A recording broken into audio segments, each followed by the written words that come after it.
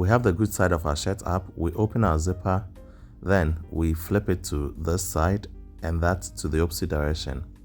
Now we'll move ahead and do a baste stitch of the zipper onto our shoulders.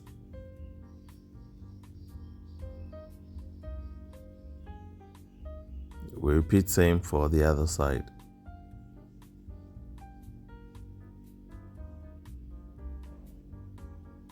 Then we open and press the zipper, and so you can see what you're doing. We open this up, then we press, exposing the under neck of the zipper head. Then we move on to stitch very closely to the teeth of the zipper. So when we close it, that's what we have. When there is disparity, between the edges, this is what we do. We open this up, we cut the bottom part of our zipper. You do this carefully so that you don't, take off the zipper head.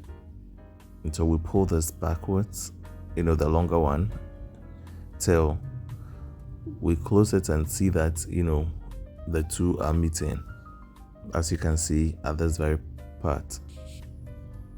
Then we'll move on to secure the tip of our zipper. We flip it backwards and then we stitch. We cut off the excess. So this is how it's going to be. Then we would have to finish the edge up with a cotton bias tape, and so that's what we are stitching in place.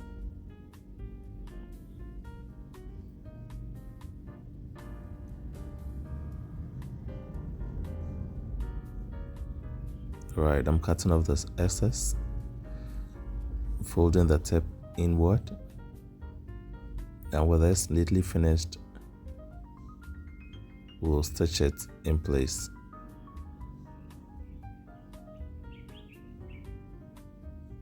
Repeat same for the other side as well. Now we fold this inward and then secure the edge. As you can see, we trim off the excess, and this is what we have our zipper neatly installed. And this is the wrong side, finished neatly as well. Thank you so much for watching. See you.